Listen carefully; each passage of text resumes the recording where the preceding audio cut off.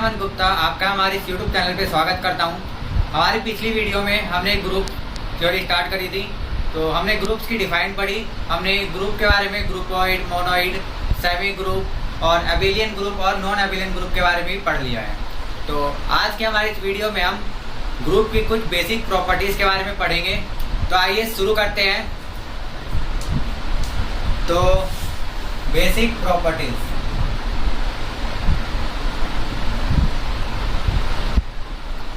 Of group. तो हम group की कुछ प्रॉपर्टीज पढ़ेंगे और साथ में हम इसको एग्जांपल्स के रूप में भी समझते रहेंगे कि एग्जांपल्स किस तरह से इस प्रॉपर्टीज को सेटिस्फाई करते हैं। तो जो सबसे पहला जो प्रॉपर्टी है ग्रुप का वो होता है कैंसिलेशन लॉ। ठीक है, कैंसिलेशन लॉ।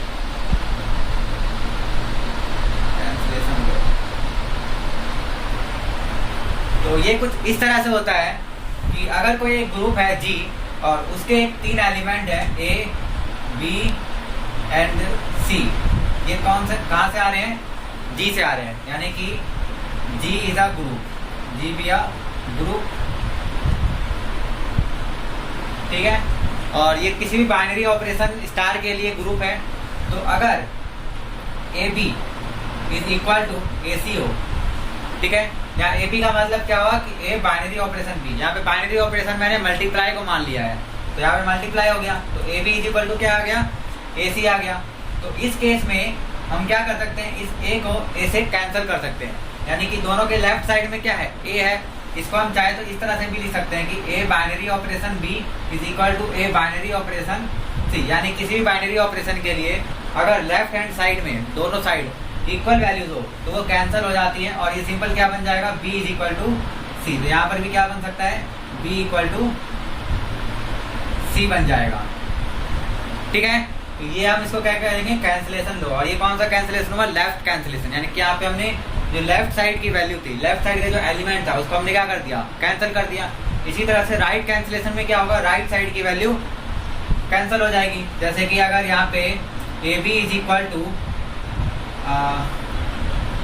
सी बी लिखा हुआ रहता, तो यहाँ पे दोनों के राइट साइड में क्या है? बी है, तो बी कैंसिल हो जाएगा। तो ये क्या आ जाएगा? ए इज इक्वल टू सी। इसको कुछ हम ऐसे समझते हैं कि अगर ए बाइनरी ऑपरेशन बी जो है वो सी बाइनरी ऑपरेशन बी के इक्वल हो जाएगा, तो यहाँ से बी और बी कैंसिल होकर क्या आ जाएगा? ए इज इक्वल टू सी आ जाएगा। तो ये हमारा लेफ्ट कैंसिलेशन और ये हमारा राइट कैंसिलेशन लो है। ठीक है, अगर हम इसको एग्जाम्पल के तौर पर समझे तो कोई एक ग्रुप हम G ले लेते हैं। G जो है वो है एक सेट ऑफ इंटीजर्स, यानी कि जो G है हमारा वो Z है, और हम जो बाइनरी ऑपरेशन ले रहे हैं, बाइनरी ऑपरेशन यहाँ पे हम प्लस ले लेते हैं।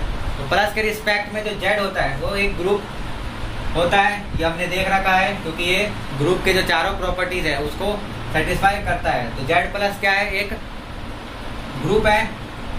तो अब हम क्या करते हैं, इसके कुछ एलिमेंट्स लेकर देखते हैं कि वहाँ पे लेफ्ट कैंसिलेशन लॉ लगता है या नहीं लगता है।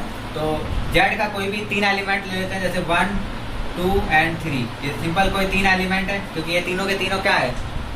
इंटीजर्स है, यानी कि इस Z में बिलोंग करते हैं, यानी इस ग्रुप में बिलोंग करते हैं। तो यहाँ से हम कर सकते हैं कि 1 प्लस 2 जो है वो 1 प्लस 3 के अगर इक्वल हो, ठीक है, 1 प्लस 2 अगर 1 प्लस 3 के इक्वल है तो इसका मतलब क्या होगा कि 1 से 1 कैंसिल और ये क्या आ जाएगा? 2 इज इक्वल टू 3। इसका मतलब क्या होगा कि दोनों साइड का अगर लेफ्ट में 1 है तो क्या हो जाएगा? ये कैंसिल हो जाएगा और ये 2 इक्वल टू 3 आ जाएगा। इसको हम कुछ इस तरह से भी समझ सकते हैं कि अगर हम इसको सॉल्व करें सिंपली तो ये क्या होगा? ये 1 प्लस 3 इधर आके माइनस हो जाएगा, तो -1 एंड -3 और इक्वल टू में क्या बचेगा? 0। ये 1 से 1 माइनस होकर 0 आ जाएगा, तो ये क्या आएगा? 2 - 3 इक्वल टू 0। तो यहाँ से क्या आ गया? 2 इक्वल टू 3 आ गया। यानी कि जब 1 प्लस 3 के इक्वल होता है तो 2 प्लस 2 किसके बराबर हो जाएगा? 3 के बराबर हो जाएगा। यहाँ पे हमने सिंपल एक एलिमेंट लिया है, वैसे एक्चुअल में 2 कभी भी इक्वल 3 के नहीं होता है। यहाँ पे हमने इसको कोई भी एक एलिमेंट मान लिया है जो कि Z का है, और हमने ये कब माना? जब ये दोनों इक्वल हो। तो हमें पता है तो कि यही दोनों इक्वल नहीं होते, तो इसलिए ये दोनों भी इक्वल नहीं होंगे। लेकिन हमने इन केस ले लिया कि अगर ये इक्वल है तो ये भी इक्वल होंगे ही होंगे। ठीक है, तो ये क्या था? Cancellation law. तो हमने इसको समझा, ये हमारा लेफ्ट कैंसिलेशन और ये है राइट कैंसिलेशन। तो इस लॉ से एक खास प्रॉपर्टी बनती है सेमी ग्रुप की। तो प्रॉपर्टी ये है कि कोई भी सेमी ग्रुप हमने पढ़ रखा है कि जिसमें दो प्रॉपर्टी सेटिस्फाई होती है, यानी कि एक तो वो क्लोजर होना चाहिए, यानी किसी भी बाइनरी ऑपरेशन के लिए उस सेट पे क्लोजर प्रॉपर्टी को सेटिस्फाई करना चाहिए, और दूसरा एसोसिएटिव भी होना चाहिए, यानी जो बाइनरी ऑपरेशन है वो एसोसिएटिव भी होना चाहिए। तो वो क्या बन जाता है, सेमी ग्रुप बन जाता है। अब अगर कोई भी सेमी ग्रुप है और वो इस कैंसिलेशन को, यानी कि लेफ्ट कैंसिलेशन और राइट कैंसिलेशन, इन दोनों लॉ को सेटिस्फाई कर रहा हो, तो वो क्या बन जाएगा, ग्रुप बन जाएगा। यानी कि if a semi group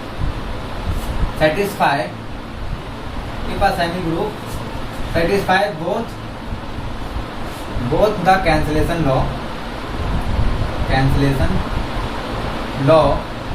then it is called group। यानी कि कोई भी सेमी ग्रुप अगर लेफ्ट कैंसिलेशन लो, ये क्या है हमारा लेफ्ट कैंसिलेशन लो है, और ये हमारा राइट कैंसिलेशन लो है, कैंसिलेशन लो। तो अगर राइट और लेफ्ट दोनों को ही अगर एक को करता है तो उस पर काम नहीं चलेगा, दोनों को सेटिस्फाई करेगा तो क्या बन जाएगा, वो ग्रुप बन जाएगा। और इसी से एक दूसरी डिफाइन ये भी आती है कि एक सेमी ग्रुप तभी बन सकता है जब वो दोनों कैंसिलेशन लॉ को सेटिस्फाई करता है। तो कैंसिलेशन लॉ आपको समझ में आया। इस कैंसिलेशन लॉ का यूज कहाँ पे होता है, सेमी ग्रुप को ग्रुप बनाने में यूज होता है। तो अभी हमने एक लॉ देखा कैंसिलेशन लॉ, अब आइए हम आगे सेकंड लॉ के या प्रॉपर्टी के बारे में पढ़ते हैं। अब आइए आगे की प्रॉपर्टीज पढ़ते हैं। तो सेकंड प्रॉपर्टी है कि द एलिमेंट या द आइडेंटिटी एलिमेंट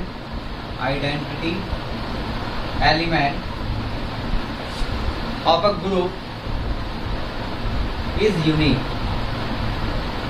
मतलब किसी भी ग्रुप में जो आइडेंटिटी एलिमेंट होता है वो यूनिक होता है। यानी किसी भी ग्रुप में केवल और केवल सिर्फ एक ही आइडेंटिटी एलिमेंट होता है और एक से ज़्यादा एलिमेंट नहीं होता है। ठीक है, यानी कि वो जो आइडेंटिटी एलिमेंट है किसी भी ग्रुप के लिए वो यूनिक होगा। ठीक है, यानी एक से ज़्यादा नहीं हो सकता। जैसे हम कोई सेट लेते हैं, यहाँ पे एक सेट ऑफ इंटीजर्स लेते हैं और को प्लस के रिस्पेक्ट में देखते हैं, तो ये ग्रुप है और हमें पता है कि इस ग्रुप का जो आइडेंटिटी एलिमेंट है वो क्या है, 0। तो 0 के अलावा और कोई भी आइडेंटिटी एलिमेंट नहीं हो सकता। यानी कि किसी भी ग्रुप में केवल और केवल एक ही आइडेंटिटी एलिमेंट होता है। तो इस केस में जो आइडेंटिटी एलिमेंट यानी ई है वो हमारा क्या है, 0 है, क्योंकि जो 0 है वो इस कंडीशन को सेटिस्फाई करता है। और कंडीशन क्या है कि A binary B A binary E is equal to A and equal to E binary A. इसके अलावा और कोई भी एलिमेंट सेटिस्फाई नहीं करेगा इस कंडीशन को, और कोई भी एलिमेंट सेटिस्फाई नहीं कर सकता। इसका मतलब कि हर ग्रुप में केवल और केवल एक ही आइडेंटिटी एलिमेंट होता है। इसके बाद जो थर्ड प्रॉपर्टी है वो है इनवर्स, यानी कि जो इनवर्स है, inverse of each element in a group is unique. यानी हर एक एलिमेंट के लिए जो उसका इनवर्स होगा वो भी यूनिक होगा। यानी कि हर एलिमेंट का केवल एक ही इनवर्स होता है और वो यूनिक होता है। ठीक है, जैसे अगर हम यही सेट लेते हैं जेड और प्लस के रिस्पेक्ट में ये एक ग्रुप है, तो इसमें से कोई भी अगर हम एक एलिमेंट ले और उसका इनवर्स निकाले तो वो केवल एक ही इनवर्स आएगा। जैसे हम कोई नंबर 1 लेते हैं तो आपको पता है 1 का जो इनवर्स है वो क्या होता है, वो होता है -1, क्योंकि इसको -1 के साथ करने पे क्या आ जाता है, आइडेंटिटी आ जाता है। तो 1 का जो इनवर्स है वो क्या है, -1 है, और -1 के अलावा और कोई सा इनवर्स इसका नहीं होगा। इसी तरह -1 का क्या है, इनवर्स 1 है। तो इसी तरह हर एलिमेंट के लिए सिर्फ एक ही इनवर्स होगा, यानी कि जो इनवर्स होगा वो यूनिक होगा। ठीक है, यूनिक का मतलब क्या होता है कि वो सिर्फ एक है, उसके अलावा एक से ज़्यादा वो नहीं हो सकता। ठीक है, तो थर्ड प्रॉपर्टी है the inverse of each element in a group is unique. इसके बाद आगे जो प्रॉपर्टीज हैं उसके बारे में पढ़ते हैं। तो एक प्रॉपर्टी है हमारा कि अगर हम इसको रिवर्स लॉ भी बोलते हैं, रिवर्स लॉ और इसको एक हम नाम देते हैं socks and shoes law. Socks and shoes, ठीक है। सॉक्स और शूज नाम क्यों पड़ा इसका, कुछ इसको इस तरह से समझ सकते हैं कि अगर आप सॉक्स और शूज को आपको पहनना हो तो आप क्या करेंगे, आप पहले सॉक्स पहनेंगे, इसके बाद शूज पहनेंगे, यानी पहले जुराब पहनेंगे और फिर जूते पहनेंगे। लेकिन जब इनको उतारना हो तो आप क्या करेंगे, पहले आपको शूज को उतारना पड़ेगा, इसके बाद सॉक्स को उतारना पड़ेगा। तो कुछ उसी तरह से ये प्रॉपर्टी भी फॉलो करती है इसी रूल को, कि यहाँ पे अगर हम ए और बी का इन्वर्स करें, ए और बी का इन्वर्स का मतलब क्या हुआ, ए और बी एक दूसरे के साथ बाइनरी ऑपरेशन में है, ठीक है। यहाँ पे हम चाहें तो बाइनरी ऑपरेशन भी लगा सकते हैं। तो ए और बी का बाइनरी ऑपरेशन करना है और उसका इन्वर्स करना है। लेकिन जब इसका हमें रिवर्स करेंगे तो क्या होगा, पहले हमें बी का इन्वर्स करना पड़ेगा और बाइनरी ऑपरेशन फिर ए का इन्वर्स करना पड़ेगा, यानी उल्टा केस हो गया। तो यहाँ पे हमने पहले सॉक्स पहना था, फिर शूज, और जब उतारने की बारी आई तो पहले शूज उतारा फिर सॉक्स। तो इसी तरह यहाँ पे पहले हमने ए और बी का बाइनरी ऑपरेशन किया और फिर उससे इन्वर्स किया। लेकिन जब इसको अपोजिट करना है तो हम क्या करेंगे, पहले बी का इन्वर्स करेंगे और फिर ए का इन्वर्स करेंगे और फिर बाइनरी ऑपरेशन लगाएंगे, यानी ये क्या हो जाएगा, उल्टा हो जाएगा। इसलिए इसको रिवर्स लॉ भी बोलते हैं और सॉक्स एंड शूज लॉ भी बोला जाता है। तो इस प्रॉपर्टी का खास ध्यान रखा करिए, इस प्रॉपर्टी का बहुत ज़्यादा यूज़ है आगे क्वेश्चंस में। अब आते हैं प्रॉपर्टी नंबर 5 के बारे में। तो प्रॉपर्टी नंबर 5 है, हाँ, किसी भी एलिमेंट का इन्वर्स और फिर उस इन्वर्स का अगर हम इन्वर्स कर दे तो वही एलिमेंट आ जाता है। यानी कि for each A belongs to G, यानी कि कोई भी ए जो कि जी में किसी ग्रुप में है, यानी किसी भी ग्रुप के हर एक एलिमेंट के लिए अगर हम ए का इन्वर्स और फिर उसका इन्वर्स करें तो वो क्या आ जाएगा, वो ए आ जाएगा। यानी किसी भी एलिमेंट के इन्वर्स का अगर हम फिर से इन्वर्स करते हैं तो वो कैंसिल होके, यानी इन्वर्स से इन्वर्स कैंसिल होके वही एलिमेंट आ जाता है, ठीक है। यानी क्या, the inverse of the inverse of a element A is equal to A, ठीक है। यानी किसी भी एलिमेंट ए के इन्वर्स का अगर हम इन्वर्स करें तो वो किसके इक्वल आ जाएगा, ए के ही इक्वल आ जाएगा, ठीक है। इस यहाँ ए की जगह हम कोई भी एलिमेंट ले सकते हैं। जैसे एग्जाम्पल के तौर पे अगर हम ये वाला सेट ले जेड और प्लस के रिस्पेक्ट में ये बाइनरी मतलब ये ग्रुप बन जाएगा और इसमें हम कोई भी एक एलिमेंट 1 ले लेते हैं। तो 1 का इन्वर्स क्या होता है, आपको पता है 1 का इन्वर्स क्या होता है, -1, ठीक है। अब अगर हम -1 का इन्वर्स करें तो -1 का इन्वर्स क्या होगा, -1 का इन्वर्स क्या हो जाएगा, 1 हो जाएगा। यानी कि दोबारा से 1 आ गया, यानी कि हमें यहाँ पे क्या करना था, 1 का इन्वर्स और फिर उसका इन्वर्स करना था। तो 1 का इन्वर्स क्या आता है, -1, आपको पता है यहाँ पे, क्योंकि 1 में हम क्या ऐड करेंगे, 0 बने तो वो है -1। और फिर जब -1 का इन्वर्स करना होगा तो क्या हो जाएगा, -1 का इन्वर्स क्या आता है, 1 आता है। तो किसके इक्वल आ गया, ये 1 के आ गया। और शुरू में भी हमने क्या लिया था, 1 लिया था। यानी किसी भी एलिमेंट के इन्वर्स का इन्वर्स अगर हम करते हैं तो वही एलिमेंट आ जाता है। तो ये हमने 5 प्रॉपर्टीज पढ़ी। अब आइए और कुछ प्रॉपर्टीज देखते हैं।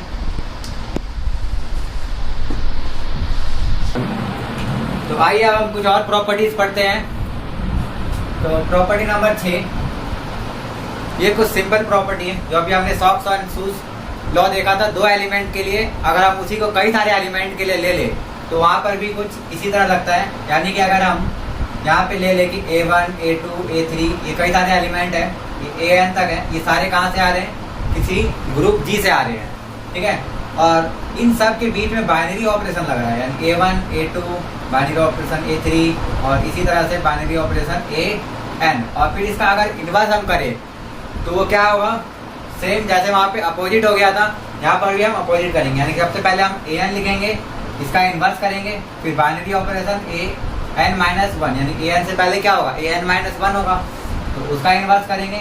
और फिर इसी तरह से बाइनरी ऑपरेशन A2 का इन्वर्स और बाइनरी ऑपरेशन A1 का इन्वर्स, ठीक है। यानी इन सबको हमने क्या कर दिया, अपोजिट, यानी इनका ऑर्डर चेंज कर दिया हमने। यानी इनको लास्ट से लेकर फर्स्ट पे हमने रिवर्स कर दिया और सबका इन्वर्स अलग अलग लेके बाइनरी ऑपरेशन कर दिया। तो ये एक प्रॉपर्टी है जो कि सॉक्स एंड शूज लो का ही फॉलो करती है, बस वहाँ पे हमने 2 एलिमेंट के लिए लिया था और यहाँ पे हमने n एलिमेंट्स के लिए लिया, यानी कितने भी एलिमेंट्स हो उससे फर्क नहीं पड़ता, बस हमें क्या करना है, अगर उन सबका बाइनरी ऑपरेशन लगा हुआ है और पे इन्वर्स है तो क्या करेंगे, हम लास्ट से सबका इन्वर्स निकालेंगे और फिर बाइनरी ऑपरेशन कर देंगे। इसको हम कुछ इस तरह से भी देख सकते हैं कि अगर हम बाइनरी ऑपरेशन मल्टीप्लाई ले लें तो ये बन जाएगा A1 A2 A3 A4 and AN तक बनेगा, और जब उसका रिवर्स करेंगे तो AN का इन्वर्स, AN-1 का इन्वर्स, और इसी तरह से A3 का इन्वर्स, A2 का इन्वर्स और A1 का इन्वर्स। ठीक है, तो ये आपको समझ में आया। अब है सातवीं प्रॉपर्टीज। सातवीं प्रॉपर्टी है, चलिए इससे पहले हम इस पे कुछ एग्जांपल लेकर समझ लेते हैं। जैसे हमने एक Z लिया, Z पॉजिटिव, यानी कि एक ग्रुप है, इसके हमने कोई से भी कुछ एलिमेंट्स उठा लिए। मान लेते हम इसके एलिमेंट्स ले लेते हैं 1 2 3 4 एंड 5। ये 5 एलिमेंट्स हमने ले लिए। ये कहाँ से आ रहे हैं, Z से आ रहे हैं। अब क्या करना है, इन सब पे बाइनरी ऑपरेशन लगाना है, और बाइनरी ऑपरेशन यहाँ पर क्या है, प्लस, तो 1 + 2 + 3 + 4 + 5, और इसका क्या करना है, इन्वर्स करना है। तो पहले हम इस तरह से सॉल्व करते हैं और इस पे ये फॉर्मूला लगा देते हैं पहले। तो जब हम फॉर्मूला लगाएंगे तो क्या हो जाएगा, ये अपोजिट आएगा, यानी पहले 5 का इन्वर्स प्लस 4 का इन्वर्स प्लस 3 का इन्वर्स प्लस 2 का इन्वर्स प्लस 1 का इन्वर्स। ठीक है, अब अगर हम इन डायरेक्ट इनको प्लस करें तो ये क्या आएगा, ये आएगा 2 + 1 3 3 3 6 6 4 10 और 10 और 5 15, तो ये 15 का इन्वर्स आ जाएगा। और जब हम इधर इसको सॉल्व करेंगे तो 5 का इन्वर्स क्या होता है आपको पता है, क्योंकि ये प्लस के रिस्पेक्ट में है, तो प्लस के रिस्पेक्ट में जो हर एक एलिमेंट का इन्वर्स होता है वो क्या हो जाता है, उसकी साइन चेंज हो जाती है। यानी ये प्लस का साइन है तो ये -5 बन जाएगा, ये -4 बन जाएगा, ये -3 बन जाएगा, ये -2 और ये -1 बन जाएगा। अब क्या करना है, यहाँ पे 15 का इन्वर्स, और आपको पता है 15 का इन्वर्स क्या होगा, माइनस का 15, और इस तरफ क्या करना है, हमें प्लस करना है। तो पहले हम ब्रैकेट ओपन करते हैं, तो जब हम ब्रैकेट ओपन करेंगे तो ये प्लस माइनस क्या हो जाएगा, -4, यहाँ पर भी -3, यहाँ पे -2, यहाँ पे -1। और जब हम इनको सॉल्व करेंगे तो आप देख सकते हैं -5 और -4 क्या बनेगा, -9, -9 -3 -12 -12 और -2 -14, और -14 और -1 क्या बन जाएगा, -15, यानी कि ये दोनों इक्वल आ गए। यानी कि ये जो लॉ था और ये जो प्रॉपर्टी थी ये इस पे सेटिस्फाई हो गई। इसी तरह ये हर ग्रुप में हर एक एलिमेंट के लिए ये जो प्रॉपर्टी है ये सेटिस्फाई हो जाएगी। ये आपको समझ में आया। इसके बाद 7th प्रॉपर्टी है, तो इसमें क्या होगा, इसमें जो ये प्रॉपर्टी है ये है A⁴m is equal to A × A, और ये कितने टाइम्स होता है, m टाइम्स।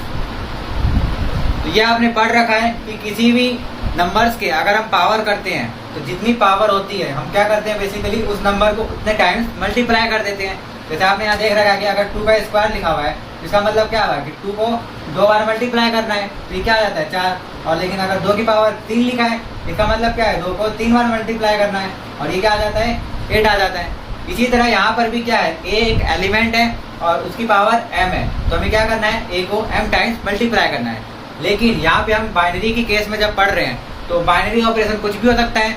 ये हमने एक केस लिया मल्टीप्लाई के केस में, यानी कि जब बाइनरी ऑपरेशन मल्टीप्लाई है तो हम कुछ इस तरह से लिख सकते हैं। लेकिन अगर जनरली कोई बाइनरी ऑपरेशन है तो हम क्या लिखेंगे, A बाइनरी ऑपरेशन A, और ये कितने टाइम्स, m टाइम्स। यानी कि जब भी A की पावर m लिखा हुआ है इसका मतलब क्या हुआ, जो एलिमेंट A है उसको m टाइम्स ऑपरेट करना है, और जो भी ऑपरेशन है उससे ऑपरेट कर देना है उसको कितने टाइम्स, m टाइम्स। तो ये प्रॉपर्टी है, इसको भी आप एग्जांपल के तौर पे समझ सकते हैं। जैसे कि यहाँ पे Z+ हमने ग्रुप ले लिया, तो Z+ ग्रुप में कोई भी एक एलिमेंट अब ले लेते हैं 2, तो 2 की पावर हम कुछ भी करें, 2 की पावर हम कर लेते हैं 5। 2 की पावर 5 का मतलब ये नहीं कि 2 को 5 बार मल्टीप्लाई करना है, 2 की पावर 5 का मतलब क्या हुआ कि 2 को 5 बार ऑपरेट करना है, 5 बार ऑपरेट करना है। और ऑपरेशन यहाँ पर क्या है, यहाँ पे ऑपरेशन है प्लस, यानी कि इसका मतलब क्या है कि 2 को 5 बार प्लस करना है। तो यहाँ पे हमने 2 को कितने बार प्लस कर दिया, 5 बार प्लस कर दिया, तो ये क्या आ जाएगा, ये आ जाएगा 10। यानी कि जो 2 की पावर 5 है उसका इस ग्रुप के लिए जो वैल्यू है वो क्या आएगी, वो आएगी 10 आएगी। यानी कि हमें 2 की पावर 5 का मतलब क्या हुआ कि 2 को 5 बार प्लस कर दिया, यानी कि 5 बार उसको ऑपरेट कर दिया, जो भी बाइनरी ऑपरेशन है। तो ये प्रॉपर्टी आपको समझ में आई होगी। अब आइए आगे कुछ और प्रॉपर्टीज पढ़ते हैं। तो आइए अब हम कुछ और प्रॉपर्टीज देखते हैं। तो प्रॉपर्टी नंबर 8, अभी जो हमने देखा a की पावर m का, तो उसी तरह से अगर यहाँ पे है a की पावर -1 और इसकी पावर m है, ठीक है, या फिर हम इसको a की पावर -m भी लिख सकते हैं। तो अगर a की पावर -m है तो हम उसको क्या करेंगे, हाँ, तो इसको पहले तो हम लिख सकते हैं a का इनवर्स और उसकी पावर m लिख सकते हैं। यानी कि a की पावर -m का मतलब क्या हुआ, -1 इंटू में m, और -1 को हमने अंदर ले लिया तो ये क्या बन गया, a इनवर्स बन गया। और उसकी पावर m का मतलब क्या हुआ कि a इनवर्स, क्योंकि a इनवर्स भी एक एलिमेंट होता है। अभी हमने सीखा था कि जो a है वो a इनवर्स का क्या है, यानी जो a इनवर्स है वो a का क्या है, इनवर्स है, लेकिन है तो ये भी एक एलिमेंट और ये भी उस ग्रुप के अंदर ही आता है। तो ये इस एलिमेंट की पावर m का मतलब क्या हुआ, अब इस एलिमेंट को कितनी बार जनरेट करना है, m बार जनरेट करना है। सिंपल यहाँ पे हम लिख सकते हैं a inverse into a inverse into a inverse into a inverse, और ये कितने टाइम्स, m टाइम्स, ठीक है। ये जनरली लिखा गया है किस केस के लिए, मल्टीप्लाई के केस में, यानी जब बाइनरी ऑपरेशन क्या हो, मल्टीप्लाई हो, तो हम उसको इस तरह से लिख सकते हैं। लेकिन अगर जनरली कोई भी बाइनरी ऑपरेशन हो तो वहां पर हम क्या करेंगे, तो वहां पे हमें क्या करना पड़ेगा, बाइनरी ऑपरेशन लगाना पड़ेगा, सिंपल। और ये भी कितने टाइम्स होगा, m टाइम्स, ठीक है।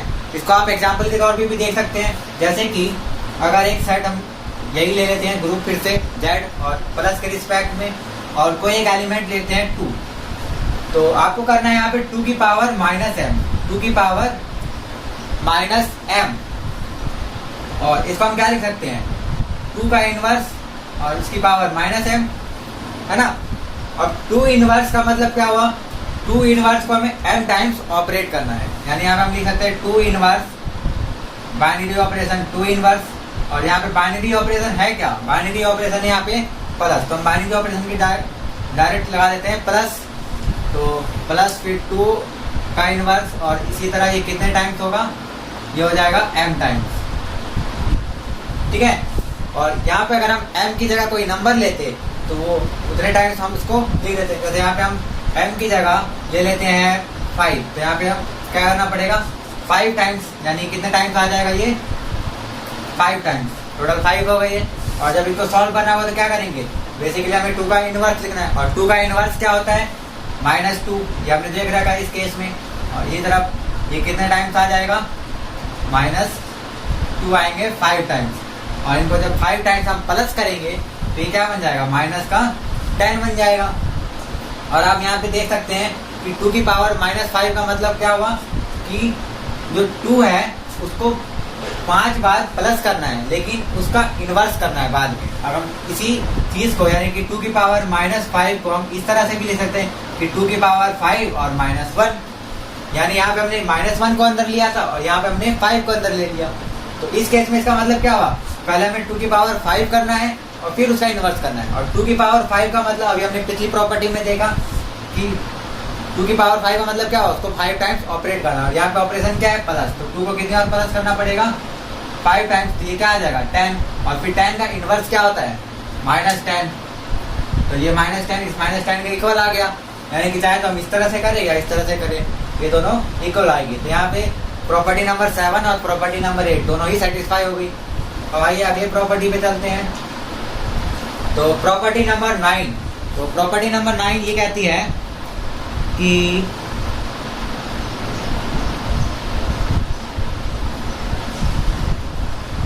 हाँ देखिए, अब जो प्रॉपर्टीज है वो बहुत नॉर्मल प्रॉपर्टीज है, ये आपने 7th और 8th क्लास में पढ़ रखी होगी। जैसे a की पावर m और a की पावर n होती थी, तो हम यहाँ पर क्या करते थे, अगर बेस इक्वल है और पावर अलग अलग है तो हम क्या करते थे, पावर्स को ऐड कर देते थे। तो बाइनरी ऑपरेशन के केसेस में भी यही होगा कि अगर दो सेम एलिमेंट की अगर हम पावर लेते हैं, पावर का मतलब क्या हुआ कि उसको उतनी बार जनरेट करना है जितनी उसकी पावर है।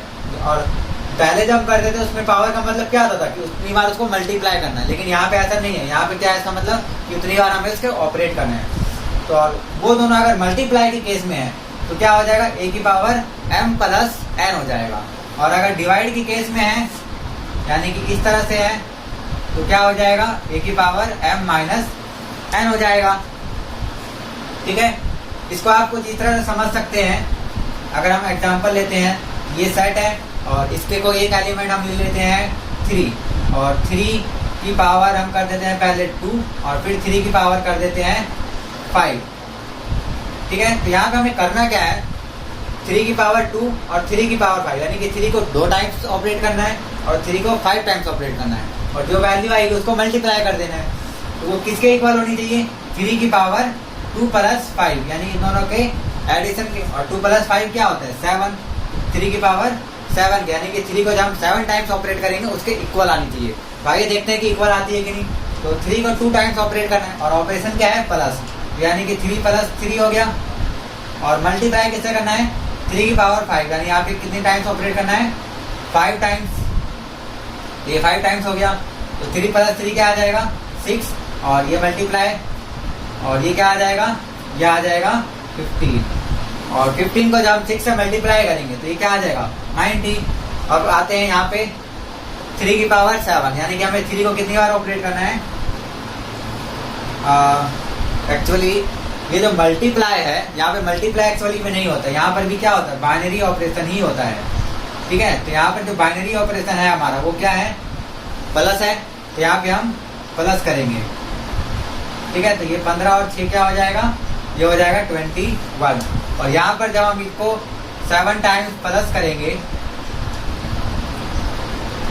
ये 7 टाइम्स हो गए, तो ये क्या आ जाएगा, इसको भी जब 7 टाइम्स मतलब प्लस करेंगे तो क्या आ जाएगा ये 21। तो 21 इक्वल टू 21 आ गया। ठीक है, तो मतलब समझ में आया। यानी कि यहाँ पे मल्टीप्लाई इसलिए लिख दिया था क्योंकि एक जनरल केस होता है मल्टीप्लाई के केस में कि ए की पावर m और ए की पावर n क्या आ जाती है, ए की पावर m प्लस m। लेकिन यहाँ पे हम बाइनरी ऑपरेशन पढ़ रहे हैं इसलिए मल्टीप्लाई का केस जरूरी नहीं है। यहाँ पे हम क्या लिखेंगे, बाइनरी ऑपरेशन ही लिखेंगे। तो ये वाला केस हम हटा देते हैं, ये वाला केस यहाँ पे नहीं फॉलो होगा क्योंकि वो डिवाइड में आ गया था। तो यहाँ पे बाइनरी ऑपरेशन कुछ भी हो सकता है, चाहे वो मल्टीप्लाई हो, प्लस हो, डिवाइड हो, माइनस हो, कुछ भी हो सकता है। सबके लिए क्या होगा, जो पावर है वो ऐड हो जाएगी, चाहे बाइनरी ऑपरेशन कुछ भी हो। ठीक है, तो हमने यहाँ पे देख भी लिया 2 एग्जाम्पल, ये एग्जाम्पल लेके कि 3 की पावर 2 और 3 की पावर 5 को जब हम प्लस करते हैं तो 3 की पावर 7 के इक्वल आ जाती है। अब आइए कुछ और प्रॉपर्टीज देख लेते हैं। तो आइए अब हम कुछ और प्रॉपर्टीज देखते हैं। तो प्रॉपर्टी नंबर 10, तो ये भी सिंपल प्रॉपर्टी है, जैसा आपने पढ़ रखा है कि अगर a की पावर m है और उसकी पावर अगर n है तो इसका मतलब क्या होता था, a की पावर m इंटू n। तो यहाँ पर भी यही होगा कि अगर किसी भी एलिमेंट की पावर है तो पावर का मतलब क्या होगा कि उसको उतनी बार जनरेट करना है और फिर उसकी भी पावर है तो हम क्या करेंगे, उन दोनों पावर्स को सिंपल मल्टीप्लाई कर देंगे। तो क्या आ जाएगा, मतलब डायरेक्ट उसकी मल्टीप्लाई करके a की पावर mn जो भी आएगी उतनी बार ऑपरेट करना पड़ेगा तो उसके इक्वल आ जाएगी वैल्यू। आइए आप इसको एग्जांपल के तौर पे समझे। z प्लस हमारा एक ग्रुप है और इसमें हमने कोई एलिमेंट ले लिया 2 और 2 की पावर हमने ले लिया 3 और इसकी पावर ले लिया हमने 4। तो ये किसके इक्वल होना चाहिए, 2 की पावर 3 इंटू 4। तो 3 इंटू 4 नहीं, यहाँ पे प्लस, क्योंकि यहाँ पे बाइनरी ऑपरेशन क्या है प्लस का साइन है। तो यहाँ पर मल्टीप्लाई था तो मल्टीप्लाई लिखा था, लेकिन जब बाइनरी ऑपरेशन प्लस है तो प्लस लिखेंगे। अब इस तरह से अगर हम 2 की पावर 3 करें तो इसका मतलब क्या हुआ कि 2 को 3 बार जनरेट करना है। तो 2 को 3 बार जनरेट कर दिया यानी कि 2 को 3 बार प्लस कर दिया और फिर पावर 4। और 2 को 3 बार जब प्लस करेंगे तो क्या आ जाएगा, ये 6 आएगा। और 6 की पावर 4 का मतलब क्या हुआ कि 6 को 4 बार जनरेट करना है। तो 6 को 4 बार जनरेट करेंगे तो क्या आ जाएगा, ये आ जाएगा 24। और जब हम इधर करेंगे सेम केस तो ये क्या हो जाएगा, सॉरी ये मल्टीप्लाई होता है, यानी कि इस केस में हमें मल्टीप्लाई ही करना होता है। यहाँ पे बाइनरी ऑपरेशन नहीं है, यहाँ पे जो ये मल्टीप्लाई है मल्टीप्लाई ही रहेगा चाहे बाइनरी ऑपरेशन कुछ भी हो, क्योंकि यहाँ पे पावर जो है वो मल्टीप्लाई हो रहे हैं ना। यहाँ पे डायरेक्ट पावर क्या हो रहा है, ये ब्रैकेट का मतलब क्या होता है मल्टीप्लाई होता है। यहाँ पे पावर डायरेक्ट मल्टीप्लाई हो रहे हैं, चाहे बाइनरी ऑपरेशन कुछ भी हो। तो इसीलिए ये क्या आ जाएगा, 2 की पावर 12 आ जाएगी। और 2 की पावर 12 का मतलब क्या हुआ कि 2 को 12 बार ऑपरेट करना है, और 12 बार जब हम उसको ऑपरेट करेंगे तो ये क्या आ जाएगा 1 2 3 4 5 6 7 8 9 10 11 12। तो आपको दिख रहा है कि अगर हम इसको 2 को 12 बार प्लस करते हैं तो क्या आ जाता है, ये 24 आ जाता है, और ये इसके इक्वल हो जाता है। यानी कि ये जो हमारी प्रॉपर्टी है ये सेटिस्फाई हो गई। और प्रॉपर्टी क्या है, a की पावर m, और उसकी पावर m जो है वो m a की पावर m इंटू n के बराबर होता है। यहाँ पे बाइनरी ऑपरेशन नहीं है, यहाँ पे सिंपल इंटू ही है, ठीक है। इसी के साथ तो आइए अब अगले प्रॉपर्टी पे चलते हैं, प्रॉपर्टी नंबर 11। तो प्रॉपर्टी नंबर 11 कुछ इस तरह से है कि a की power m is equal to e और इज इक्वल टू a की power m implies that a की power d is equal to e, where d is equal to GCD of m and n। मतलब किसी भी element का अगर हम power m करें, यानी किसी भी एलिमेंट को m टाइम्स ऑपरेट करें और वो आइडेंटिटी एलिमेंट आ जाए, और उसी एलिमेंट को अगर हम n टाइम्स ऑपरेट करते हैं और तभी भी अगर आइडेंटिटी एलिमेंट आ जाती है तो a की पावर d यानी उस एलिमेंट को d टाइम्स ऑपरेट करने पर भी वो आइडेंटिटी एलिमेंट ही आएगी। तो यहाँ पे d क्या है, d जो है वो है GCD of m and n। GCD का मतलब ग्रेटेस्ट कॉमन डिवाइजर, यानी m और n का जो सबसे बड़ा डिवाइजर है वो है हमारा d। तो अगर a की पावर m और a की पावर n दोनों ही आइडेंटिटी एलिमेंट आती है तो ये हर केस में होगा a की पावर d भी e आएगी, यानी कि जो उनका ग्रेटेस्ट कॉमन डिवाइजर होगा उसके रिस्पेक्ट में भी, यानी उसके उतने टाइम भी ऑपरेट करने पर भी वो आइडेंटिटी एलिमेंट बनती है। अब आइए अगले प्रॉपर्टी पे चलते हैं, प्रॉपर्टी नंबर 12। तो प्रॉपर्टी नंबर 12 सिंपल ये है कि अगर a की पावर m है और इनटू में a की पावर n है, ठीक है, तो या फिर b की पावर n है, कोई हम दूसरा एलिमेंट हम ले लेते हैं। तो इसको हम कुछ इस तरह से लिख सकते हैं कि अगर हम यहाँ पे a ही लेते हैं तो हम यहाँ पे अभी हमने पढ़ा ये प्रॉपर्टी a की पावर m प्लस n, इसको हम इक्वल टू में a की पावर n इंटू a की पावर m भी लिख सकते हैं। इसका मतलब क्या हुआ कि जो पावर्स में ये एलिमेंट्स थे इनका कम्यूट कर दिया हमने, यानी कि जब पावर्स में होते हैं ये एलिमेंट तो ये कम्यूटेटिव लॉ को प्रूव करते हैं, ठीक है। क्योंकि यहाँ पे ये क्या हो जाएगा n प्लस m हो जाएगा, यहाँ पर n प्लस m, तो m प्लस n और n प्लस m क्या आएंगे, इक्वल आएंगे, यानी कि जो इनकी पावर है वो भी कम्यूट कर रही है एक दूसरे को, ठीक है। यानी इनका ऑर्डर चेंज कर देने पे वैल्यू हमेशा इक्वल आ रही है। तो आज हमने कुछ प्रॉपर्टीज पढ़ी, टोटल 12 प्रॉपर्टीज। आई होप आप लोगों को ये प्रॉपर्टीज समझ में आई होगी। हमने कोशिश की इन सारे प्रॉपर्टीज को एग्जाम्पल के साथ समझाने की। अगर लेकिन फिर भी अगर आपको इनमें से कोई भी प्रॉपर्टी में डाउट्स हो तो आप कमेंट बॉक्स में ज़रूर कमेंट करें। तो अगर आज की ये वीडियो आपको पसंद आई हो तो प्लीज़ लाइक करें, और अगर आप हमारे चैनल पर नए हैं तो प्लीज़ सब्सक्राइब करें और बेल आइकन को दबाना ना भूलें, जिससे आपको आने वाली वीडियो की नोटिफिकेशन मिलती रहे। तो आज के लिए सिर्फ इतना ही। Thank you.